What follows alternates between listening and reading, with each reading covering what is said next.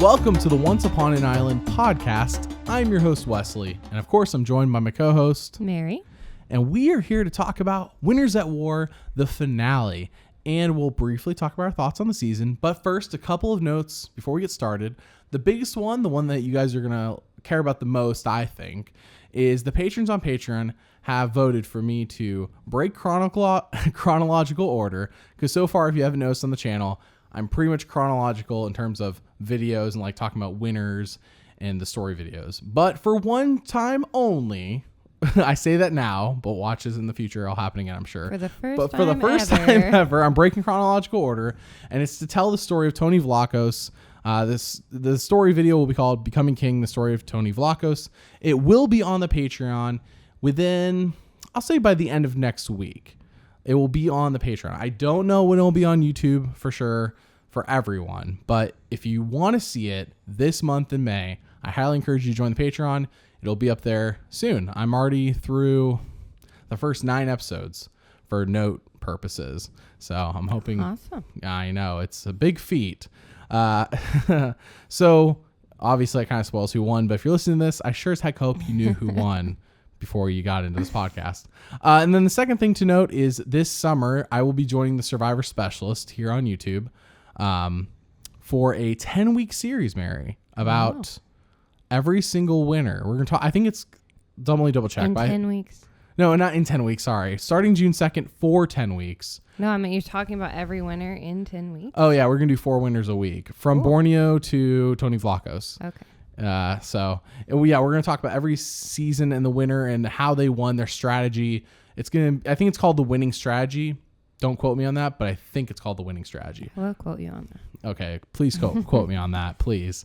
Anyways, so yeah, let's move into last night's finale recap. I feel like doing it the next day, I feel a little bit better than doing it immediately after. Mm-hmm. It was a lot to process. Yeah, we were on a little emotional high, and I was like, yeah, let's do it. And then I'm like, no, it's 11. I was like, yeah, are you going to maintain this emotional high for another hour? Probably not. Yeah. And I'm like, she has to wake up early and work, so it's okay. A lot of people do their podcasts immediately after. The next day, I mean, who has the market on next day podcasts? Right. Yeah, nobody. That's right. Nobody does the day after podcasts. Only us. That's not true. So let's start from the beginning. Mary has taken extensive notes, unlike usual, where we're like, oh yeah, what was that thing that happened? This time we were smart. We took notes. That may still happen. That may still happen, but Mary was in charge of the note taking and she took notes. So we're going to walk through this this finale from beginning to end. Mm-hmm. So it starts with Phil in his garage, which was... It's not Phil, because that's Amazing Race. I'm sorry. We have also been watching old seasons. We are currently watching... Please forgive me, don't crucify some me. Amazing Race in the off time. So, no, not Phil in his garage, Jeff in his garage. Yes. I mean, Phil somewhere may have been in his garage. But anyways, yes. The show starts with Jeff in his garage with the really awesome set that was designed, and they show all of that and the cameras and everything. And it was pretty cool, but it still sucks. I mean, it just The sucks. sound sucked. Well, I just mean, in general, it sucks that there's no live reunion. Like Jeff was like, usually would have the crowd all excited, and you're like, yeah, I know, don't remind me. Well, I mean, he was doing a good job. He was just laying the groundwork for, of course. He understands. He was addressing the elephant in the room, which I completely understand. But they did a great job for what they were able to do. Mm-hmm. But it was like he literally said, it's the perfect way to end the season. No, it was not. That was a lie. Jeff is such a liar sometimes. He was definitely saying the most positive thing. Yes, he was spinning it to be positive. That he could. But... Yeah.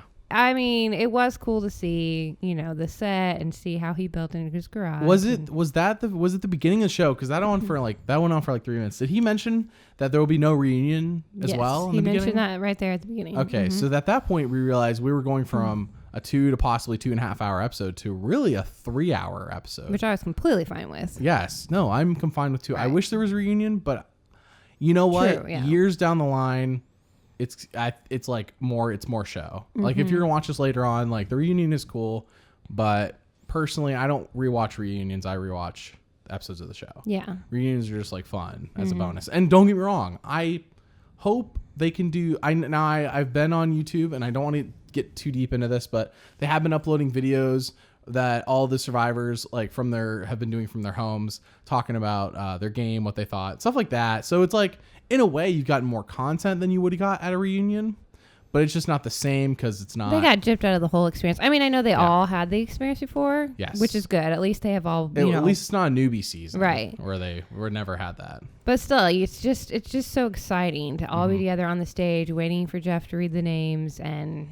You know, but it is what it is, and they did the best that they could. Well, there's nothing they could do about it. And you those in the future who might be listening to this podcast, we're talking about because of coronavirus. Oh, yeah, just in case you're listening, it's like 6 years later, which is possible. I can't speak for people in 2026. True. Can you? So because of the coronavirus. There was no reunion. And our AC started blowing, so now we got to go turn that off real quick. That he starts off the whole show with that. And I'm like, okay, good. 3 hours of show. So then I think, don't we move right into the Edge of Extinction challenge? Yeah, it just jumps immediately into the Extinction challenge. Natalie, of course, had bought 3 advantages, so she was well set to be one of the. Wendell. Who else had advantages? I think it was Wendell. I have Yul, Wendell, Parvati, and Natalie all had advantages. Natalie having 3. And the others just having 1. You know, Natalie spent 3 tokens for Tyson to get an idol. I guess maybe like her deal was like, I'm not going to buy you 3 advantages, but I'll buy you an idol. Because I almost feel like wouldn't it have been more beneficial if Tyson had 3 advantages. Maybe she asked him what he wanted. I don't know. Yeah, possible. Because Tyson is good at challenges. Because last week they shared a jar of peanut butter, and she said she bought him an idol in case he gets back in the game. Because she had basically maxed out. She could only buy 1 idol, which she did, and she bought 3 advantages, which she did. And there's nothing else she could buy for herself, so she decided to help Tyson. But it doesn't matter because Natalie won by the skin of her teeth, by the way. It was so close. If Wendell had like a second advantage, I think Wendell would have won this. I know we're kind of like foreshadowing what our thoughts were. If Wendell got back in instead of Natalie, do you think Wendell would have had a better chance at winning this thing than Natalie? I don't. You don't Honestly, think so? No, I don't think so. I think Wendell, if Wendell had gotten to the end instead of Natalie, like Natalie did pull up 4 votes and got voted out second in the show. Wendell went there right at the merge. He still had time with people on Edge, but he actually played the game for longer and survived. Well, we can talk about that at the end, but I disagree with you. Wendell's not really going to come up again. This is the only time Wendell's really going to come up. Well, I just meant why. There's several reasons why I think Natalie deserved the votes that she got. We can talk about why Natalie lost, of course, and we will. But I'm just saying, do you think Wendell? No, I really don't think. You don't think he would have done better? No. Okay. I'm not going to argue and say he would have. The only thing I could see the case for is that he did make it further in the game before he got voted out. So he wasn't on Edge for 30 days, whatever. Everyone's arguments, seemingly, one of the arguments for Natalie receiving votes was that she played so hard on Edge. Yeah. She was influencing the game without being in the game, and she did that by almost killing herself to get those tokens and be able to play the advantage. She did beast a lot of challenges on Edge. And I'm not taking this away from her because it's because of her pre-Survivor fitness lifestyle that really helped her here on Survivor. Right. Because she was in such shape. I'm rooting for Ethan, but Ethan was not in shape to be doing like running up and down, getting 20 logs or 20 coconuts. Like this was not his strong suit. Well, and once not because of the people that were left. So once Natalie did get back into the game, she had to work with Michelle. Let's not get too far. That's what I'm saying. Okay, never mind. I was just talking about do you think Wendell would have a better chance than Natalie? No, I don't think so. That's fine. All right. My opinion. So Natalie gets back in. The challenge, honestly, when Chris Underwood got back in, I was like, wow, that was crazy. I think because we almost saw, if this was not a carbon copy, this was almost a carbon copy of the Chris Underwood challenge. And I had a high suspicion that Natalie was going to come back in, and she literally had 3 advantages. So I think everyone saw her coming back in. There was not the same tension. Not tension the right word? We were not like, oh, I wonder who's going to get back in. It was like, well, it's either Natalie or I'm going to, be surprised. Right. And it was not a surprise, so it was Natalie. And it's like, I kind of saw it coming. So Natalie comes back in, and so currently that leaves us with 6 people. No particular order: Tony, Sarah, Michelle, Denise, Ben, and Natalie. That's our 6.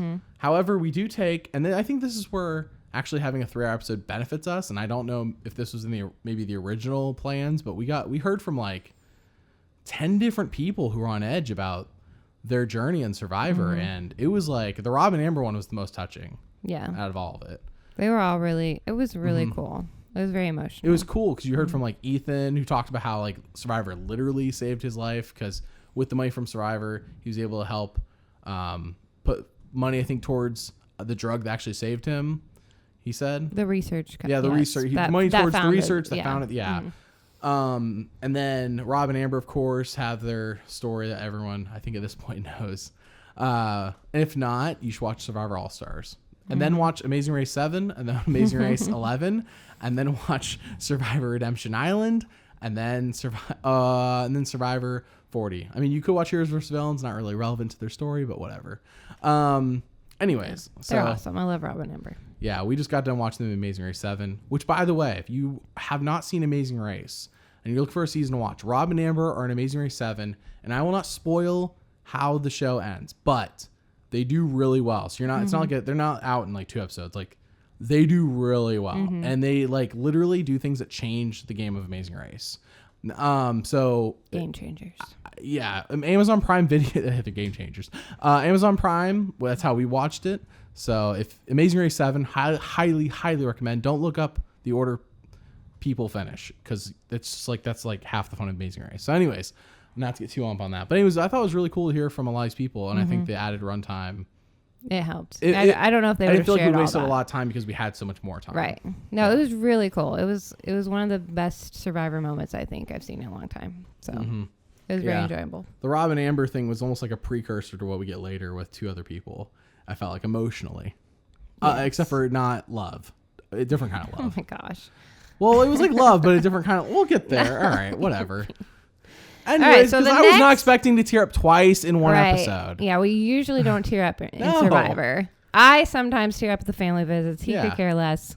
But usually, Survivor's not like an emotional thing for us. But it was last night. I think watching things that got me emotional in the past, like Rick Devens, like even though he wasn't playing like a great game of Survivor, he was like the underdog and he just like kept like pulling it out. And it's like hard not to like get emotionally. I mean, if you're rooting for Rick Devens, it's hard not to get like, get him, Rick Devens, get him. Sure. And then when Ben won his season and Ben was like literally out there just working his way to finding idols to save himself. And it's just like, I don't know, unless you're rooting for the other people, it's like, yeah, this is hilarious. So like not crying, but like big emotions. Still emotional attachment. Yeah. No, this was like genuine crying. I mean, Christian Hubicki, I didn't cry when he got voted out, but I was not happy. Yeah. I was sad. So anyways, what happens next? My next point was Natalie, like, she did a lot of smart things when she came back. She played well. Let's start with the very first thing she did when she got back. The very first thing. Like, I was getting there. No, because I think it's important. No, immediately after she wins the challenge, she goes and sits on the bench, and they're all like, congratulations, Natalie. Good job. Natalie. And she's like, thanks for voting me out. Yeah. And it was just like, bro, you have got to work with these people for a few more days. And it was just like, come on. So throughout this podcast, I was thinking about doing this separate, but I think throughout this podcast, I do want to draw direct comparisons to Chris Underwood because I think it's very important because they both come back on the same day or maybe she came back a day earlier. I don't recall his exact day, but they basically come back in the same spot at Final 6. I don't recall Chris Underwood coming back and being passive aggressive with anybody. Probably and not. He came back and he was like, hey everyone, like, I'm just so glad to be here. Like, I'll tell you whatever you want. You know, I just want to work. Like he came back and he like, I don't know how much, of course, was BS.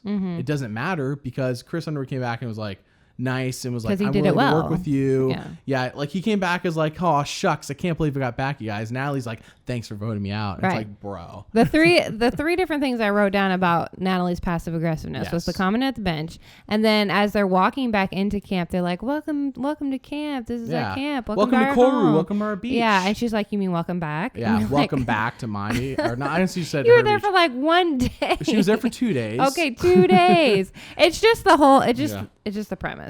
Yeah. It's the whole idea of being respectful. By the way, I think it's important to know this is this. So this was the original Sele beach. It was the original Blue Beach, because it's important because Tony's on the Red Tribe first, and I was thinking about how come we didn't see the spy nest in the first half of the season. It's because it wasn't until the merge he got the spy nest. Yeah. Because it was on the other beach, so it was never on DeCall's beach. Sure, that's important. I was like, why didn't he do this first half season? Because he did do a spy shack. I'm going back through the notes for his story. He did do a spy shack, but it like didn't yield any results. Mm-hmm. The spy nest he didn't have. He had the spy nest from the beginning. He could have been doing it the whole season. Which we will talk about later. Of course. So the third thing that Natalie did that was passive aggressive as soon ahead. as she got back was she just immediately all sitting around, looks like they're about to eat dinner or something, and she's like, so I guess we're just not going to talk about strategy, and that's fine with me. I'll just do whatever you want to do. You know what though? I was like, at first I was a little bit worried Natalie might win, and it didn't go away completely. But hearing these passive aggressive comments, I'm like, she's not winning. There's no way. There's no way. I understand she probably felt like she was like on her last leg. She wanted to cause drama. Her smartest move was saying Tony's the target. Tony's the target. Everyone on Extinction loves him, or everyone on Edge loves him.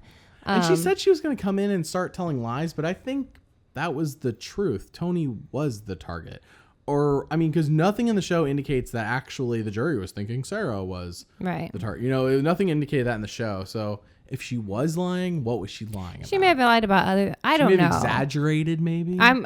Maybe. But Tony, I would say, I agree, was the target. Yeah. How could he not be? And I think the jury at the end proves that. But let's go ahead from there. Those were just all the passive aggressive things that she said. But so she immediately comes back.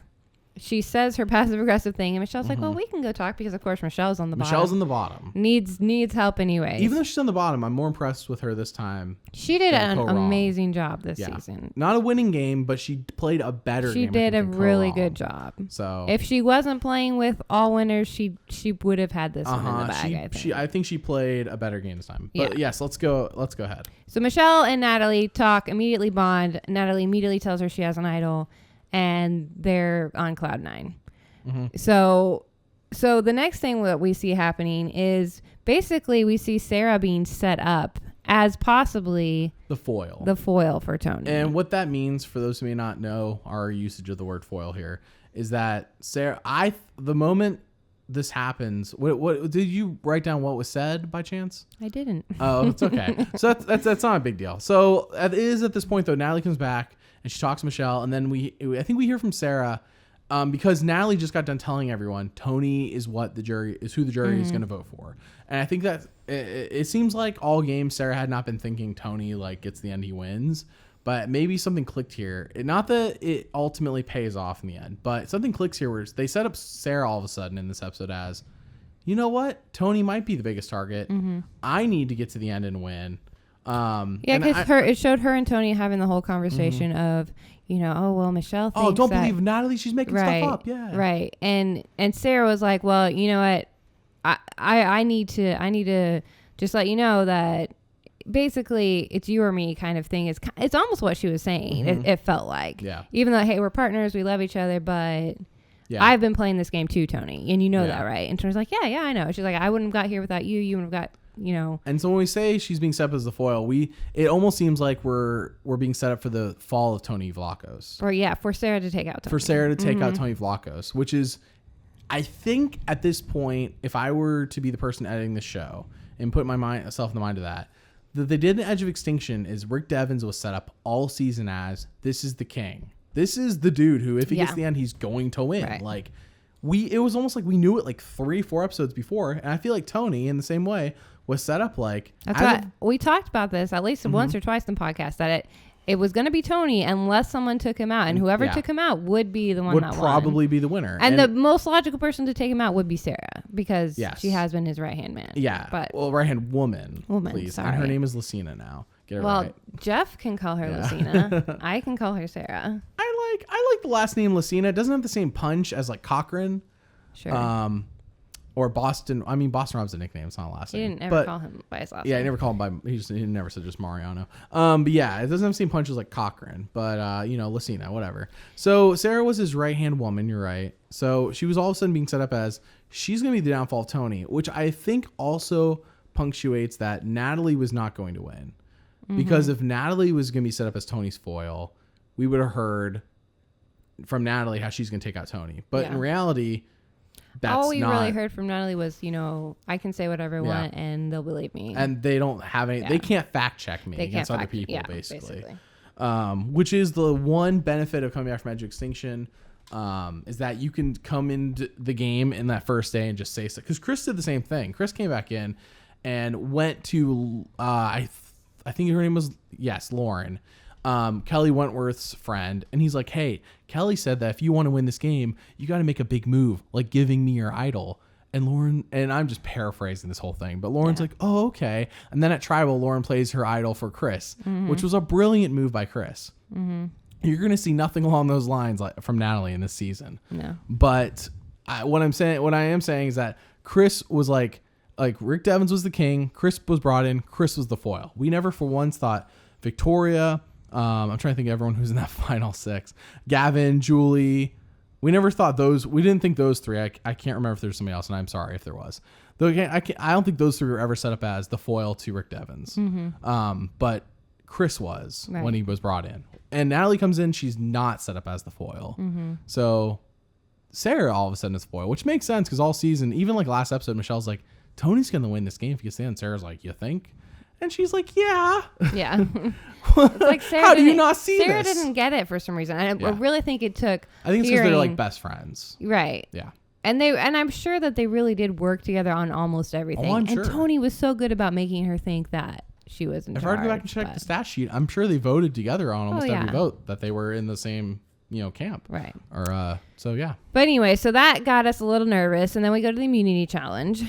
Do you want to describe the immunity challenge? I don't. Is this the one with the water slide? Yeah. Oh yeah. So basically, this is kind of Survivor's, I think maybe cheaper version of when they used to do those challenges, and there was like a big old like circle in the middle, and then you could go off in like 6 different directions and do a different like thing to I get was like thinking puzzle it was really pieces. expensive to have the slide there, but anyways. Well, I think maybe that's why they blew most of their budget on.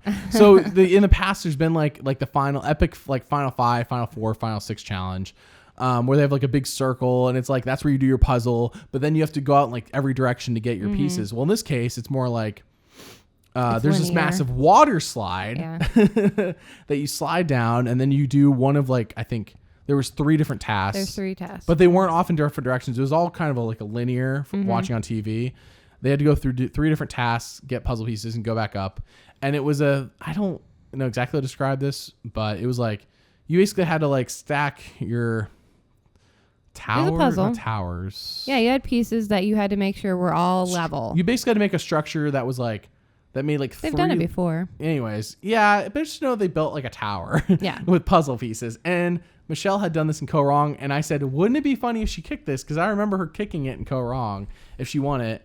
And Michelle was like in dead last. I think Ben was actually in first. Ben was in first the whole time because he just blew through getting the pieces. Yes. But then once he got his puzzle pieces, he was like, well, now what do I do? Yeah, him and Tony were both lost. Yeah. Michelle came in last and then started blowing through the puzzle. People are starting copying her, and I'm like, you can't copy somebody and win. But I guess maybe they were hoping Michelle would stumble at some point and they could overtake. I mean, I guess what else are you what else are you going to do? Yeah. No, she like completely blew through the last puzzle piece. That is her challenge. And yes, she kicked it. And then she kicked it. Yep. Good. Yeah.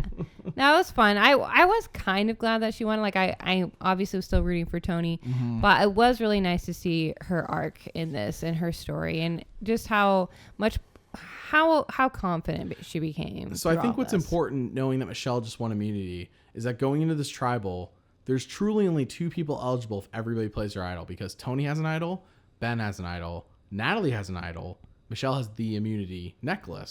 So only Sarah and Denise were eligible at this tribal if everyone played their stuff. So after the immunity challenge, Tony goes back and he's like, okay, guys, what do you want to do? Yeah. And they're like, well, we're going to vote for... Yeah, we're going to vote for Natalie. He's like, yeah, but what if like Natalie has like an idol or something? And they're like, no, Tony, like, she doesn't have an idol, you idiot. This was the most frustrating part of the show because, of course, we know Natalie has an idol. Yeah. But even if we knew Natalie didn't have an idol, it was like Tony was the only one even talking about the possibilities. Well, yeah, and it can't even be like, well, that's what the show showed us. It's like, I'm pretty sure obvious. Everyone told Tony. I know for a fact Sarah and Ben told Tony, no, she doesn't have an idol. And Denise. They all did. Well, and then why would Sarah, Denise tell him that...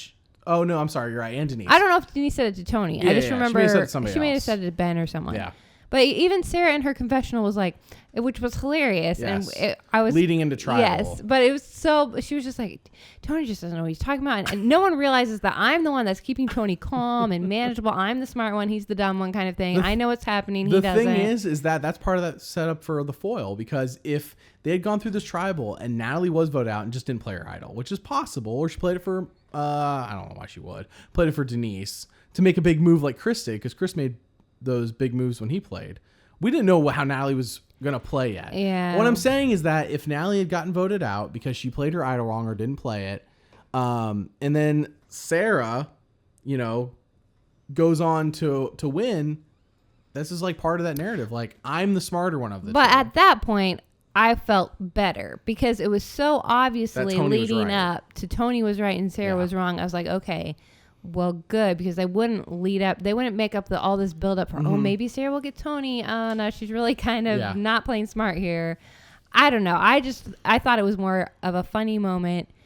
And it was funny, and we kind of figured, okay, well, Natalie's definitely playing her idol then, of course. Yes. So the editing helped relax me a little bit about that situation. Mary was super tense through the fireman challenge. I'm like, you're in such a bad mood. And she's like, just don't talk to me. Like, I was like so worried that Tony was going home. Natalie's going to win.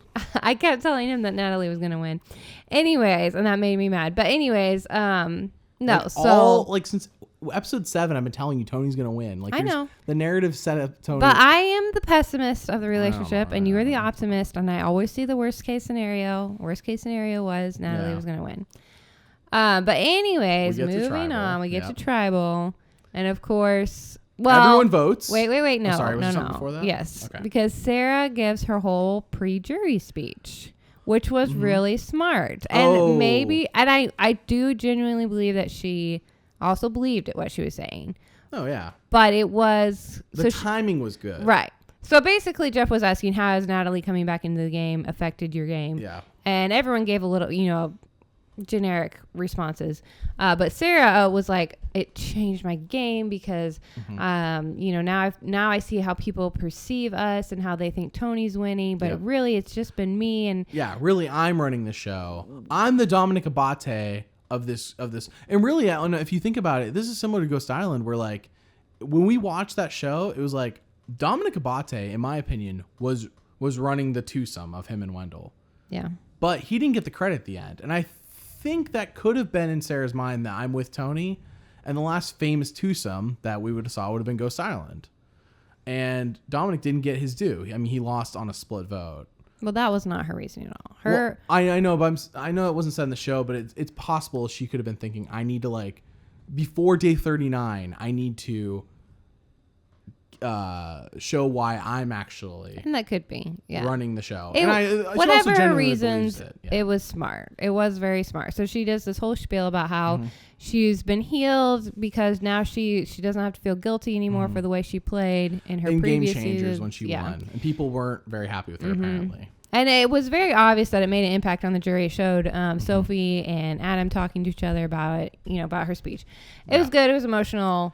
And I think people who also, like Sophie, who won their season, and people were like, well, Coach should have won your season, Sophie. By the way, he shouldn't have. Even though he ran the show, he shouldn't have won.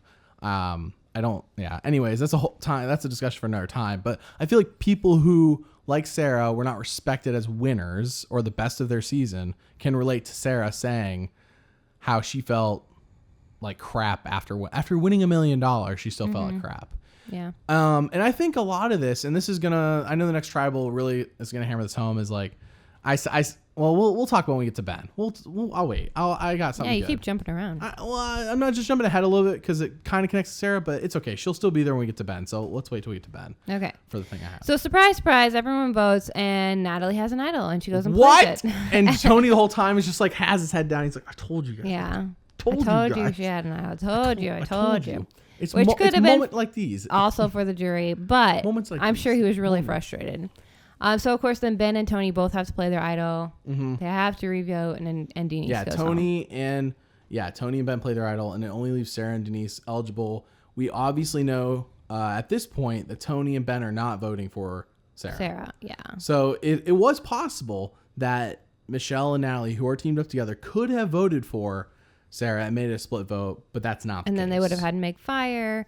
Which I was rooting for. Because Jeff explained how because nobody's eligible to draw rocks, it would be a fireman contest. I'm like, heck yeah, let's do it. It would have been cool, I guess. But I think that's another way to garner favor that Natalie and Michelle could have garnered favor with Denise by saying, hey, we'll give you a chance to stay in this game. Mm-hmm. And also get rid of Tony's right-hand woman.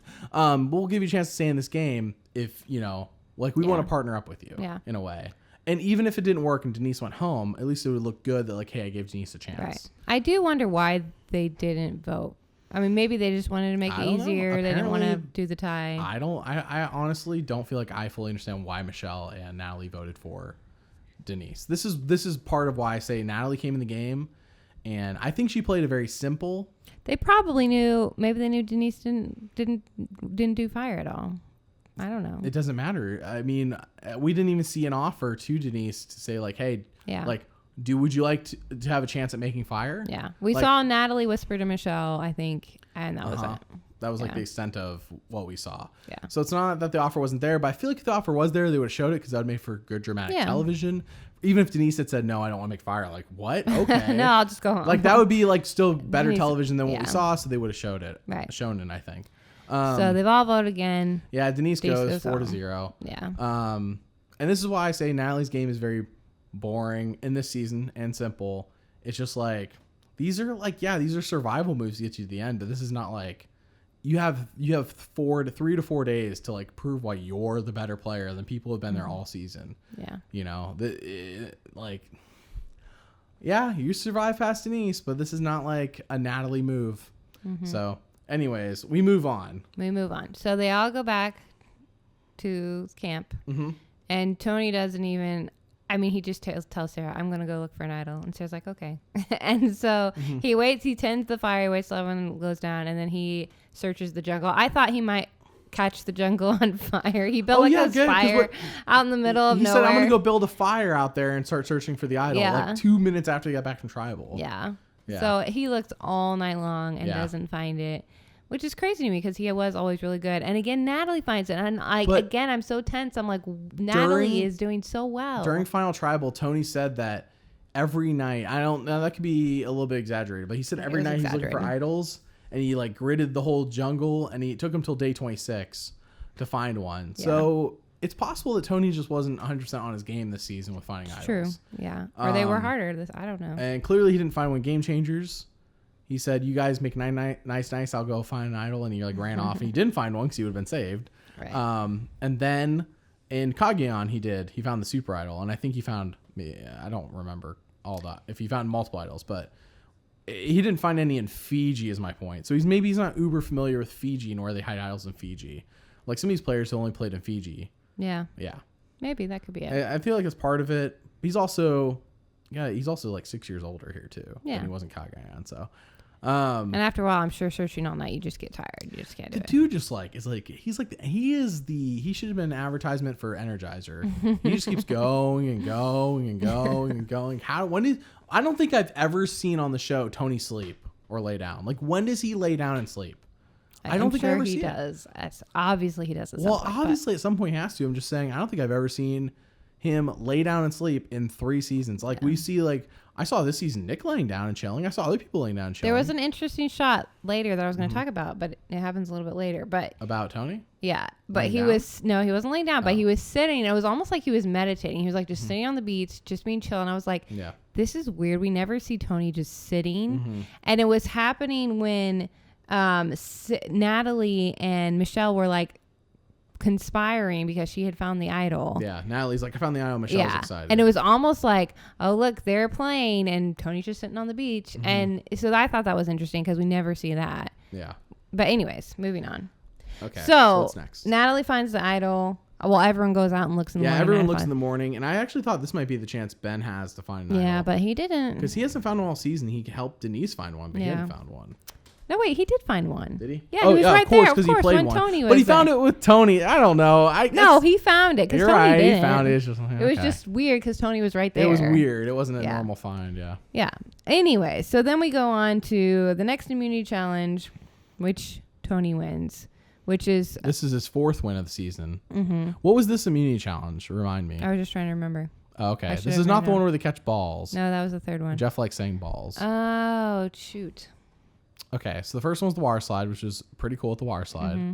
And then the second challenge was... Pulled it off right at the end because I was worried again he wasn't going to do it. Oh, the throwing. So they start on they start out in the ocean. They had to jump off the thing. They had to swim, whatever. Bunch of garbage. Basically, a long, drawn-out thing where they have to throw at the end, throw 2 bags and land them on a table.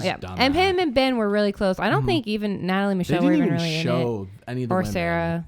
Yeah, it was really just Ben and Tony were pretty neck and neck. But yes, Tony pulled it off right at the end and won immunity. So then he's all worried about Natalie having the idol. So he goes to Sarah and he's like, Sarah, I'm going to go get my spinus. Will you bring Natalie over to the well so we can figure out if she has the idol or not? And Sarah's like, sure, whatever. So he goes, it was probably one of the funniest things last night, but he goes to his spy nest. This is like the most success the spy nest has had all season because he's up in the spy nest and he claims he was up there for half an hour to an hour long. Of course, Tony doesn't have a watch, so he can't tell us for sure. But I'm sure it felt like during a long Final time. Tribal, he said half an hour, but then when he first got down, he said an hour. It probably felt like so an it hour. probably was more like half an hour. Yeah, probably more like half an hour. And it felt like an hour because he's just up in the spy nest, and Sarah brings Natalie over to the water well, and Natalie, I feel like this had to be on purpose, but then if it was poorly executed in the end. Natalie has her immunity idol, so she's wearing her buff around her wrist, and she has the hidden immunity idol. I'm like over here like visualizing with my hands, but you guys can't see that. She has the idol hidden in her buff on her wrist because Natalie's wearing yoga pants, and there's nowhere to hide anything in yoga pants, as far as I'm aware.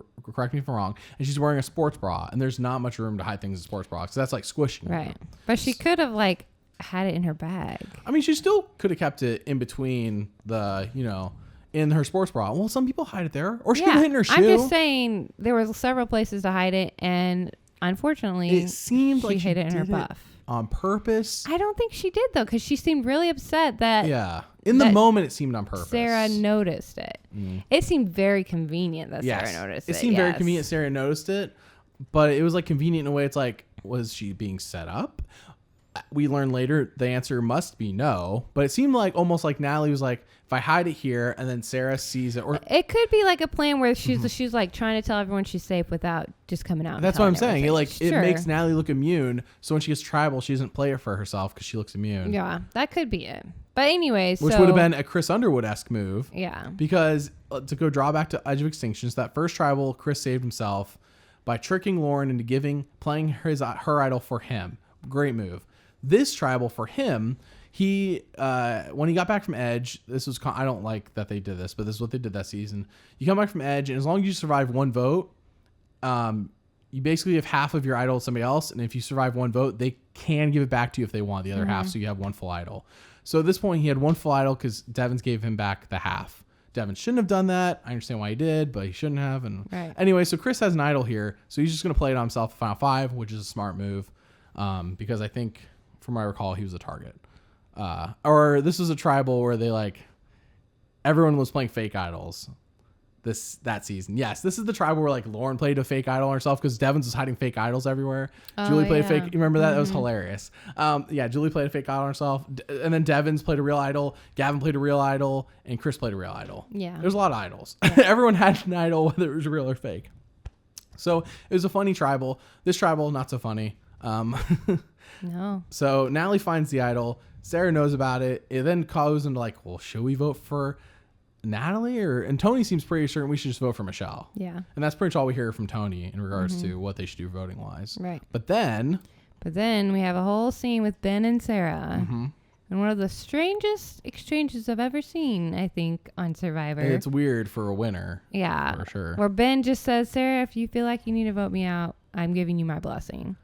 And to be fair, in his confessional, he does say, I really hope Sarah doesn't do it.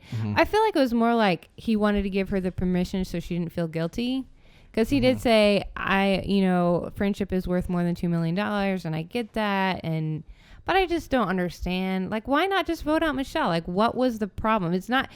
Ben going to Final 3 wouldn't have kept Sarah from winning.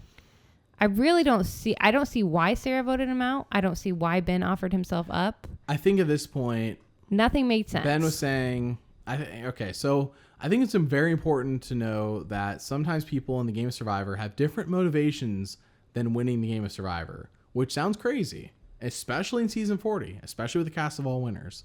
But Ben's motivation at this point was not, how do I win the game of Survivor? It was, how do I make friends? And he kind of just says that in this episode, from what I recall.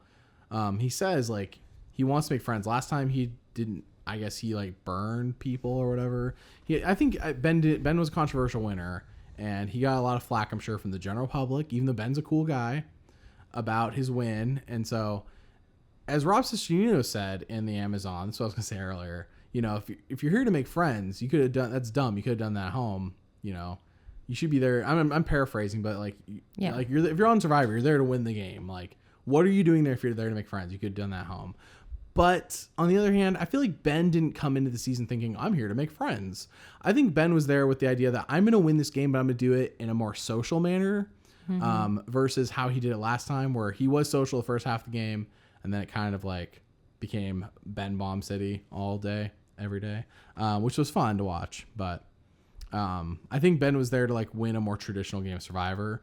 And I think it got to a point where Ben realized he wasn't going to win. Yeah. I think the writing was on the wall. Sarah and Tony played a better game than him so far. So was he going to go to the final 3 with Natalie and Michelle? Could he have beat Natalie and Michelle? I don't know. I don't think so. That's what I'm saying. Even if he realized he's not going to win, how does like giving someone your throat to be cut help you? He wanted to make be friends. Their friend. His motivation was to make friends. If Sarah was already his friend, what like they take out Michelle, who is not. I don't know. Friend. Maybe he had a realization that Jeremy and Adam didn't like him. You know, too. Like, I don't know. Like, I don't. We weren't given the whole story. It wasn't the story of Ben. It was the story of Tony. So it's just the more I think about it, the more I just don't understand. It's a motivation that you've not felt. Because you never won Survivor, and then people hated you, and then you went back on to play a different game, and then it didn't really work out, and then you still made people mad. I'm not Ben. All I want is friends. I'm not Ben. If Ben was here, I would say, Ben, I will be your friend no matter what, because you're really cool. Well, I think. So Ben's motivation, I don't know if it was like this the whole game. I feel like it wasn't, but I feel like at some point it shifted from I want to win this game to I want to make friends, or I want to at least get out of this game with friends. Yeah. I think that could have been it. I'm sure he wanted to finish the game in better standing than he did his original. And I think this was never said on the show, but I think this is important to note, that Tony said he wouldn't play this season. I read this today, by the way. Tony said he wouldn't play this season unless he was able to get quote-unquote pool money to install a pool at his house. And so Survivor guaranteed every player $25,000 to play, plus $10,000 for the reunion.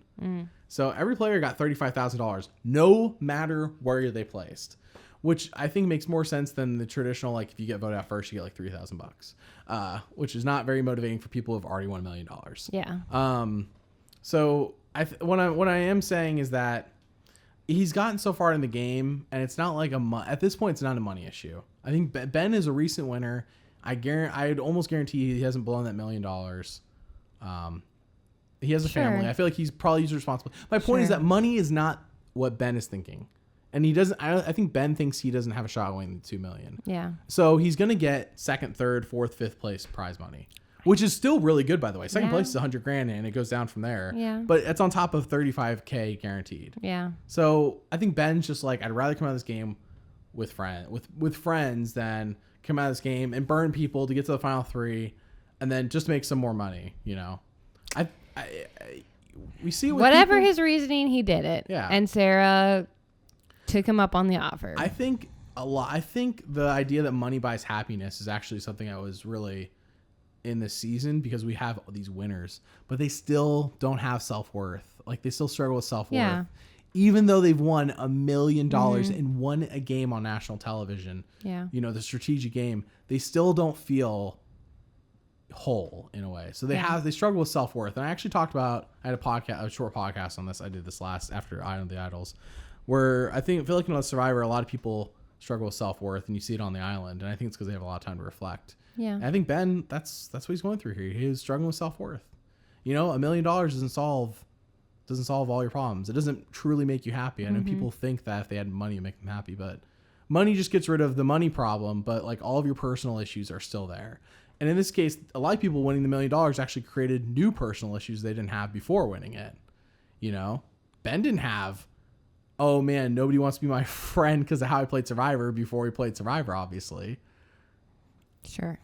I mean, you don't seem to be 1,000% on board. No, with this, I completely understand what you're saying. I completely get that money doesn't make happiness. Mm-hmm. Ben just I wants completely to be happy. understand that Ben is trying to like be at peace with himself and have friendships. When he first said it, I was like, wow, this is awesome. Ben, you're such a cool guy. First time he said it, I'm like, what? That's dumb. And I don't know. Maybe just my cynicism is seeping back in. But like, the more I thought about it, I was like, but why? That's like, you could have made it. I would have preferred it. I don't know. I just would have preferred to figure out a way. When you first thought about it, you're like, what a sweet move. And I'm like, what an idiot. Yeah. And over time, we've swapped. Yeah. I'm like, actually, now it doesn't mean I personally agree. I've also never been in his position. I still think you go in there and you do the best you can to win. So even if it means getting final 3 and getting 0 votes. But I guess my thought is, what kind of friend is Sarah if she cuts you now versus cutting you later? Clearly, like, would you want that type of friend? What had happened is, as I think there was probably a big question mark of to vote for Natalie or Denise, and it's possible that if the idols play, Natalie or Michelle, and it's possible the idols play correctly, Sarah could go home. So if Sarah instead breaks away from Tony, who's going to vote with Ben, and votes against Tony and makes a move different from Tony, and then does a move that's not going to eliminate her, that Ben actually has helped her in a way. So I think that his motivation was to help Sarah. Yeah. It wasn't to win. It was to help Sarah and to make friends. So which is really cool. And obviously Sarah really appreciated it. She was tearing up. Ben was tearing up. I was tearing up in the moment. It was pretty cool. I feel like as viewers, we all have similar mindsets, but when you play Survivor, it's like, people sometimes don't have the mindset of I want to win the game. Sometimes people have other motivations, and sometimes people play. Everyone has different strategies because in all actuality, all you have to do is get to the end and earn the jury's respect. But if you don't want to get to the end and earn the jury's respect to win, what is your motivation? And for Ben, yeah. So anyways, we discussed this to death. Yes, sorry. It's okay. No, I think it's a big question mark that it probably got overshadowed, I feel like, by what happens after this. But it was a moment for the season. I think it helped Ben. And I would love actually now, not everyone in this cast I want to see again, but I would love to see Ben again in a 3rd season down the line, not like in the next few years. I want to see Ben in the future and like see Ben play to win again. Yeah. But as a more matured Ben. Yeah. So that'd be cool. I would love to see Ben again. I feel like some of these players, their stories are complete. Tony's story's complete. I don't need to see him again unless we're going to do like one final season and like it's advertised as this is the final season with all the best players. Only then. But otherwise, I feel like Tony's story is complete. Yeah. Ben, I feel like I could see him again. So anyways, all right. So we move on. Ben gets, I'm sorry. Am I skipping something? Ben gets voted out. Yeah, you're skipping that. Natalie did play the idol for herself. Yeah. Unnecessarily. Yes. They were no votes went to Natalie. Ben and Tony were voting for Michelle. Yep. Sarah, Michelle, voted and with Natalie. Michelle and Natalie. Yeah. For Ben. Voted for Ben. And it was really weird because Natalie got really emotional about playing the idol for herself. I'm not sure what that was about. I am venturing to guess that she knows that in her heart of hearts she should play for Michelle because I think she knows Michelle's getting votes. But at the same time, it's like that self-preservation of like, well, what if I'm wrong? Yeah. And the thing is you got to be playing 100 miles per hour if you're coming back from Edge of Extinction. And this is what I mean. She's played simple and boring. She played a simple and boring move. Just play the idol for yourself. Mm-hmm. If she had played for Michelle, even though it would not have changed the result of the vote, it would have been viewed upon as a ballsy move to leave herself so vulnerable.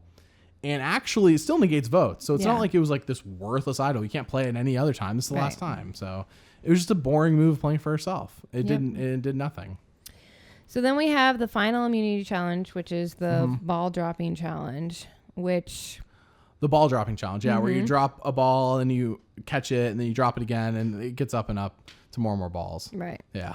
And Jeff, I don't know. He starts the challenge by saying, whenever we've had this challenge, the winner has always gone on. I think he said we've had 3 other times, or maybe it's 2 other. I think it was 3 other times. 3 other times, and every time the winner of this challenge went on to win the game. Yeah. And it was like, wow, okay, no pressure. I don't know all 3 off the top of my head, but I do know in Token Teens they play this game, and JT won, and in Dave vs. Goliath, Nick won.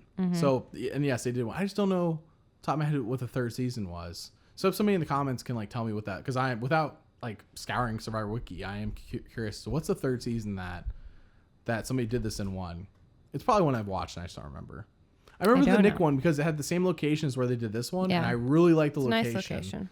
I don't think it's a very big location. That's why they don't use it very often. It only has limited space, but it's a beautiful view behind him. So I do like. So location. Tony went out first, right? I'm pretty sure Tony went out first. Unfortunately, yeah. He went out when they dropped 3 balls. Oh, was it 3? I think it was 3. Then Sarah goes pretty quickly, which was also disappointing. And we're like, oh crap, it's either Natalie or Michelle. Michelle. And then we immediately knew, okay, that means Tony and Sarah are going to be making fire. Which well, that's not true. If Michelle had won, she could have done something different. She could have. Michelle was there to play. She could have. You're right. She was not there to roll over and die. So, anyways, but we did suspect that Natalie, being the challenge beast that she is, pulled this one off. Even though Michelle seemed to be doing it very methodically and steadily, and I thought Michelle had a really good chance. Natalie was a little bit more erratic. But Natalie kept saving herself because she has like quick reflexes. Yeah. And as said previously, she outside Survivor works out like crazy. So she's just like, she physically keeps herself in such great shape that I feel like it paid off here. Not that just being in great shape wins you this challenge. This has a lot more to do with reflexes. But anyway. But her reflexes, and like catching her mistakes. Yeah. But so I want to go back to Chris Underwood real quick. So we talked about Chris Underwood, how he survived 6, where he tricked someone to get into playing their idol for him. At 5, he got the half idol from Devins, played it for himself. So those are 2 social moves, by the way, that went with his strategy. Yeah. Natalie has played an idol for herself and played an idol for herself. There's nothing social to that. Nope. So she's just done a couple strategic moves. She just won immunity. This is where Chris Underwood also won immunity, but at Tribal, knowing that Devins was his target, and if he got rid of Devins, he would look like the Kingslayer, dropped his necklace, gave it to Julie, and then went up against Devins and beat him in fire. So Chris, even though that's not a social move, knew that was the final move. That was like the checkmate of his game of chess. It's the best strategy move. It was his best move, because if he left Devins in there or risked it for somebody else to do it, he would very well would have lost if Devins stayed in. And I think that harkens back to Ghost Island when we watched Dominic and Wendell, and Dominic won immunity, and he let Wendell go to fire, but he didn't go do fire with him. And I said when we watched Ghost Island, I'm like, that's a mistake. He should go take out Wendell. And I don't think Wendell would have kept it personal against Dominic. I think that would have been if Dominic had succeeded. Right. But Dominic left up to chance. It didn't work out. Wendell wins. So Chris learned from that, made the move, got rid of Devins. Here we are. Natalie has seen this challenge multiple times, but really what's most important is she's seen it twice, where there's somebody else who's the main competition, and she chooses to not drop her necklace. She chooses to let Tony and Sarah go to fire instead of herself knocking out Tony. Yep. And because she at Tribal says Tony is the biggest target here. Like everyone at Tribal, by the way, I was laughing because everyone at Tribal was like, Tony, gotta get rid of Tony. Tony's the target. No one was like Sarah. Yeah. Which I'm sure is partially editing, but for our purposes, that it was all Tony. So I'm sorry. Did I skip something in between? Because I feel like that was really important to compare these with these two. The only thing I had was that they're all practicing fire, and Tony seems terrible at it. Like that was, which I'm sure could just be editing. But like Michelle got it easily. They definitely saw Michelle as the better fire maker. Sarah got it easily, even though Tony was trying to teach her how to do it, but she still got it pretty easily. Tony's trying to teach her, and she's like, "You haven't even made your own fire." Yeah. But no one was talking to Natalie, and Natalie wasn't talking to anyone. Like, there was no conversations happening, at least nothing that they showed, which means it was probably nothing interesting. I don't know. It didn't seem like really she talked to anyone. No, she was looking off the distance, and they kept showing close-ups of her as she was voice-overing her thoughts. But no, Natalie did nothing interesting. Back to... this is just a simple and boring storyline for Natalie of her return. Like, talk about anticlimactic in comparison to Chris. Right. And at Tribal, when Jeff asked, okay, Natalie, what do you want to do? Yeah. Basically, Tony was interrupted her little speech to be like, well, why don't you take me out? Why don't you come? He was like baiting Tony was her. Like calling her out. Right. I don't know if he wanted to go up against Sarah. Here's the thing. I think Tony knew he knocked out Natalie. That was another move. And he clearly, as we learned 2 seconds later after he beat Sarah, did not want to take Sarah out. Yeah. So I think he would rather take out Natalie and make what looked like a good move. But we talked about this because at first we're like, crap, Tony, if he had won Final 4, he would be guaranteed to Final 3 and win. But the reality is if he went to Final 4, he would not put Sarah up for fire based on what we saw. Right. Because as soon as he wins, they have that huge emotional moment. Made you and I tear up. Like, they're so close. I think not necessarily being Sarah and fire is just him showing all that emotion, how much he cares for her, like a side you don't normally see of Tony, and people may not have seen Tony who weren't even on the same beach with him and at all in this game, saw a side of him that like. But can we talk about the fire challenge? I mean, I guess it was super close. It was just so intense. Like, okay, obviously we don't have to talk about it. I'm just saying. I mean, that was like one of the best fire challenges ever. It was ever. great, but it was overshadowed by what happened after the fire making, which is why I went to that. Well, yeah, but like you keep jumping around. I'm sorry. But like the fire making, we've seen like 10 times, and yeah, Tony won, and it was close. Sarah almost had it at one point. I was like crapping my pants. I'm like, no way. Is Sarah actually going to foil And Tony? Natalie and Michelle were both egging Sarah on the whole time. Like, oh, do this, whatever. But as soon as Tony wins, what happens? The entire jury claps. Yep. The entire jury claps. Yeah. It's game over. Which obviously it's still, could have just been because it was really intense and it was really like, it was so close. It didn't matter. So close. It was game over. Probably. But anyways, yeah, then we have the really touching scene. Tony and Sarah hugging for like forever and like crying and telling each other they love each other. Yeah, this is what I meant. But by the way, I'm talking about Rob and Amber. I'm just saying Sarah and Tony are really close friends. And they have a love for each other. I know. That also has them crying and like super close. And it's like a really cool arc because if you think about it, and I know people have said this, so I'm not the first one, but Cops R Us has won every season they've been in. It's true. Tony won his first season.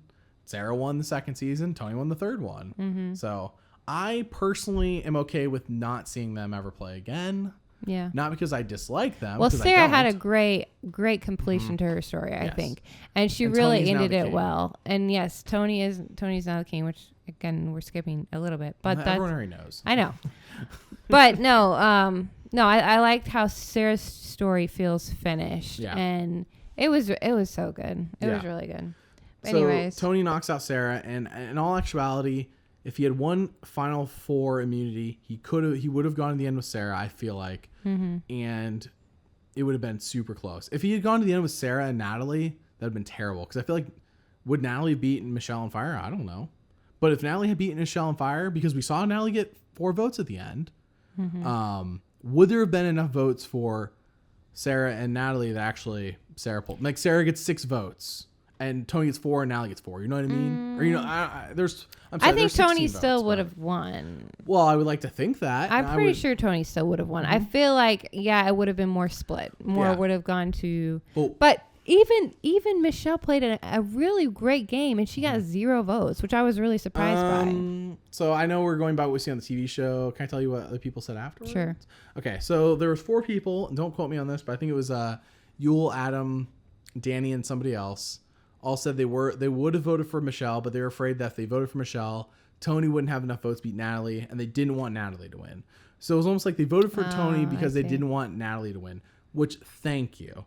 Okay. Even though that 4 votes would not have made Tony to lose, thank you for not risking it, because it would have been 8 to 4 to 4, which would still have been. I would have thought that was better fitting into the. I agree with you. But I'm glad that people were like, I don't want the representative of our season to be Natalie. Nothing against Natalie personally, but this is the Winners at War season. Are we kidding? So what did you think of the jury? Yeah, so you just want to jump straight to final jury? Yeah, I mean, that's all we have next. Okay. That's all we have. I mean, they go back to the beach, they each do a little confessional. There was nothing. They eat food. They eat food. Yeah. So yes, so we go to the jury, and I think it's pouring rain. Really, yeah, it did start raining. Though by the end, the rain clearly stopped. People's hair had dried, and people's hair looked better than before. But they looked miserable. They looked like they got a shower. So things I thought were noticeable at final jury is that there was a serious lack of people talking to Michelle. Yeah. Yeah. Which was telling. And I feel like it wasn't until Wendell said something to Michelle that Michelle got to really speak. It was really like Tony, Natalie, Tony, Natalie, Tony, Natalie, Natalie, what'd you do? Tony, what'd you do? I think it was really telling when Rob asked Tony, how did you do it? Like, how did you get to the end? Do all none these of things us hated you. No votes, and none of us feel burned by the moments. I mean, the moment. We've said many times the moment we knew Tony was gonna win, but like, there's so many reaffirming moments. Like the moment that we were told that the jury does not feel burned by Tony. He's won. That's it. He's won. Nobody feels burned by Tony. Great. That's wonderful, because people in the past have lost because they've burned the jury. Rob's a prime example. He lost Amber, as she talked about in the episode, because people hated Rob. It wasn't because Rob played a worse strategic game. Rob blew the social game part, and that's how Amber won. Yeah. But it was almost like for them voting for lesser two evils because they knew that these two were together the whole way. Yeah. We'll talk about All-Stars one day. We talk about All-Stars. But Tony succeeded in the social game. He succeeded in the strategic game, and he got 0 votes along the way. Mm-hmm. How in the crap did he do it? It's a great question by Rob. Great question by Rob. Yeah, it seemed like the only one that was actually peeved was Jeremy. Jeremy felt a little bit burned, but he did joke with Tony at the final travel still. Did he? Yeah. When Tony's like, well, I want immunity. And I was like, whoa, game of patience. How did I do it? And then I won 2 more. And Jeremy's like, I gave you one of those. Jeremy did. Don't get me wrong. Jeremy votes for Natalie. I feel like that partially is probably because they were great friends outside the game before the season, because Jeremy and Natalie played on San Juan del Sur. Mm-hmm. So they've known each other for many more years than Jeremy and Tony.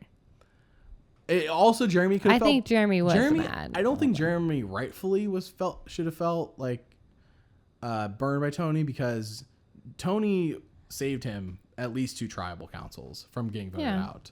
Jeremy saved himself at Final 10 with safety without power, but then there's definitely 2 other tribals where Tony moved the votes away from Jeremy. And I think it just came to a point where it's just like, Jeremy's the target, and it's just like, it's too much. Right. So I haven't rewatched the episode where Jeremy went home yet. So I thought the basic plea for why I deserve this, I really thought Natalie's was kind of the best. Tony's was fine, but I didn't think it was. He's not as eloquent at times. No, but it was still good. I think people understood him. But the reason that Natalie made the jury laugh multiple times, though. Yes, which is important. He does. He connects with the jury very well. But he's like Adam, you're gonna love this. He's like, spy nest. He's like, yeah, I built a spy nest and I was up there, and that's how I learned a lot of things. That's true. Yeah. He did make the jury laugh several times. Yep. That's true. No, all I was gonna say was that I think Natalie's best moments was when she talked about how she was still influencing the game from the edge. That was her best argument, and that was why she got votes. And she listed all the things that she found on edge and then sent back. She extorted Tony, which I know, first it's like, well, I extorted Tony. But then Tony's like, the only thing I got from Edge wasn't extortion. Then in all actuality, Tony succeeded. He didn't get burned by the extortion. He actually proved why he was so good socially that he was able to get all these tokens to pay out the extortion. So in actuality, it backfired on Natalie. Yeah. And Natalie admitted that her social game sucked. Even though in the moment, I bet you Natalie felt great. She got 6 tokens from Tony. In the end, if she had put a price too high for Tony, like 10... I mean, that could have worked. I know she didn't know in the moment, but that could have worked to her favor here. She would I extorted Tony and Tony couldn't pay it. And Tony would be like, well, it was like 10 tokens. Doesn't matter. You couldn't pay it. But then she kind of looks like she failed. Then it kind of looks like she failed because she didn't get any tokens. It doesn't matter. She extorted Tony and he would have lost that challenge. He didn't. He got in that challenge and he won. That was his first of multiple immunity wins. Yeah. That anyways, thing is Tony even there at the end if Natalie extorts him for more tokens. It did focus a lot on Natalie and Tony. It was a lot of questions, but it was really nice at how the end they all said, "You all actually really deserve to be here. You all are great." All stood up and they all stand up and apply them. It was a really sweet moment. I thought it was a really good ending to the whole season. Yeah. So then we reveal the vote, and Tony wins 12-4 in Jeff's garage. Yeah. By the way, I wanted to say this earlier. I feel like if they could figure out a way to I'm sure it couldn't be as elaborate, but I feel like Survivor could sell that garage set. I'm sure they will. I mean, for a ton of money. I'm sure that is super cool. Yeah. I don't have the space for that because I live in an apartment. But if I had money and I already had friends, because apparently I need both, money and friends, and then I'd buy that thing, and it would be cool. Not that I don't know if I'd really want it, but I feel like somebody would, and it'd be super cool.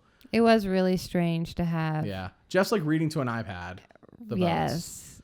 I mean, to be fair, they did the best. I think they did the best they could. Yes, they did the best. Given circumstances, they did. I'm glad they didn't do a reunion show because it would have dwelled on the fact that we're watching people in their houses, on basically cell phones. Mm-hmm.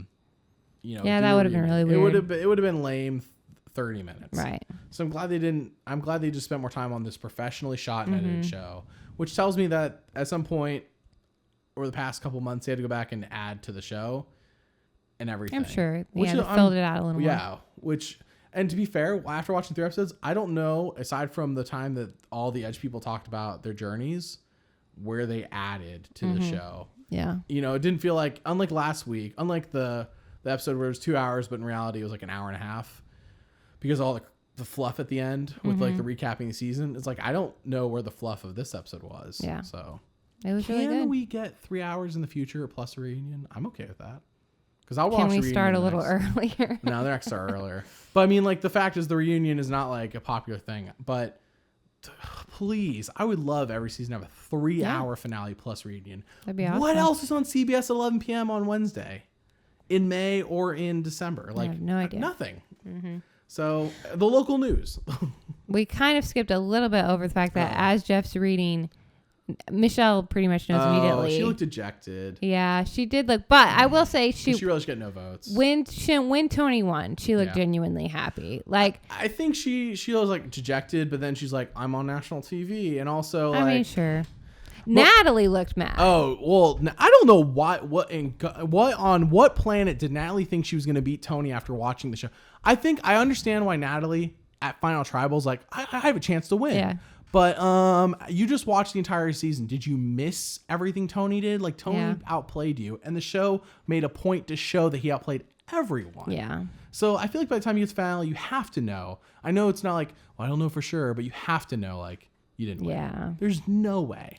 I think I was really hoping Michelle got votes because I really feel like she deserved it. Yes. And we Michelle deserves second place. We already talked about that. I feel like she definitely Michelle should have got 4 place. votes. She should have got some votes. But anyways. So, so Ethan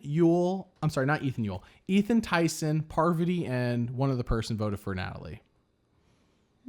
Ethan Tyson. Oh, who was it?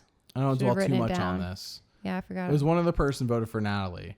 It was Ethan Tyson, Parvati, and it wasn't Nick because they faked us out on Nick's vote. Yeah.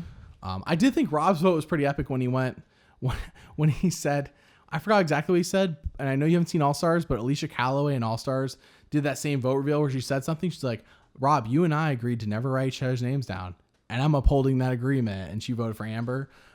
He did a similar thing to Natalie where he's like, you said you should have knocked. You said you played a good game. No, he said I told you that you could had to play a perfect game or something like that. Go ahead. He said I told you that if you came back and played a perfect game, you'd win, or you had it, or something like that. And then he flipped around. You almost did. Except you didn't get rid of this guy. Yeah. It was like he did like a similar thing. Rob sitting there dwelling on All-Star votes still here in 2020 or 2019. Hilarious. No, I can't remember the fourth person. Maybe you could look it up real quick on the Survivor Wiki.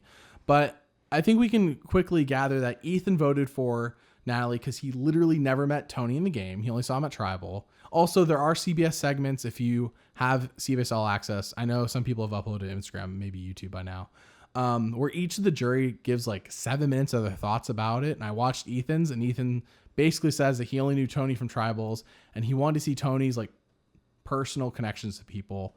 But basically, Ethan was on the beach with Natalie like all season, and he never met Tony. Jeremy.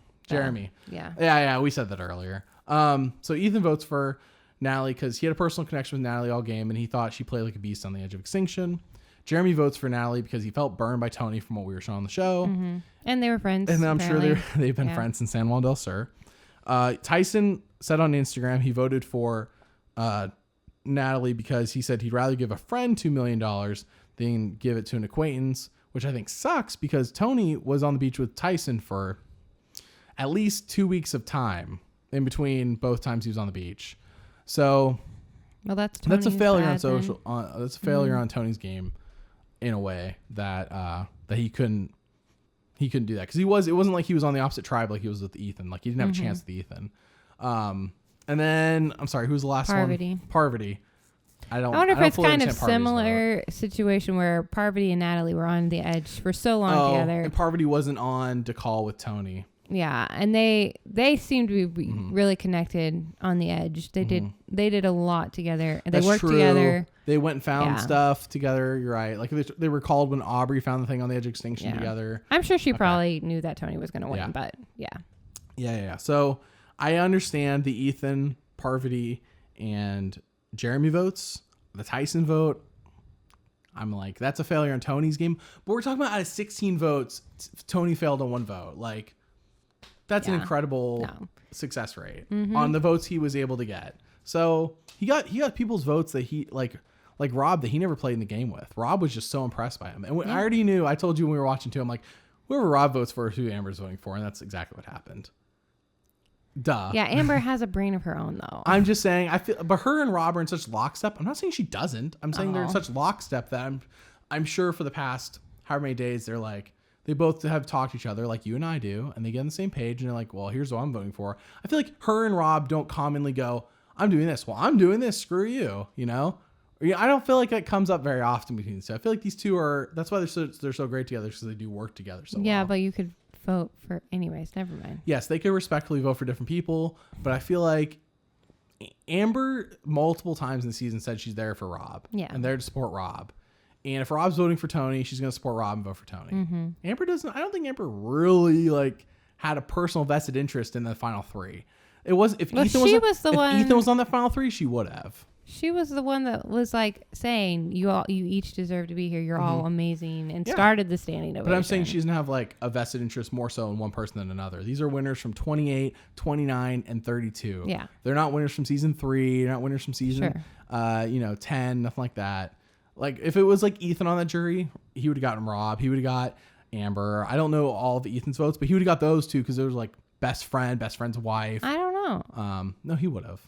Okay. I mean, you're right. I'm just saying Rob really respects Rob the game. really respects the game. You're correct. I feel like from everything I've seen of Ethan and Rob, I feel like they're such best friends. If Ethan got to the end, I mean, what a great story. Anyways, Ethan didn't get to the end. He didn't get to the end. Very sad. Honestly, I feel like Natalie coming back from the edge was like disappointing because like it's not so. There's so many people that come back from the edge. I'd be like, yes, I don't even care if you win, just get to the end. Like Ethan for sure. If Parvati got to the end, that would have been impressive. I'm not as personally invested in Parvati, but Tyson got to the end. I think Tyson could have won. I really do. I think Tyson comes back in the game twice, gets to the end. He has a lot of friends. Tyson's a likable guy. Yeah, he's a likable guy, but Tony played the perfect game, and Tyson got voted out twice. I'm not saying Tyson wins 12-4. I'm just saying I think Tyson has a chance at winning. Sure. Better than Natalie. I will say, yeah.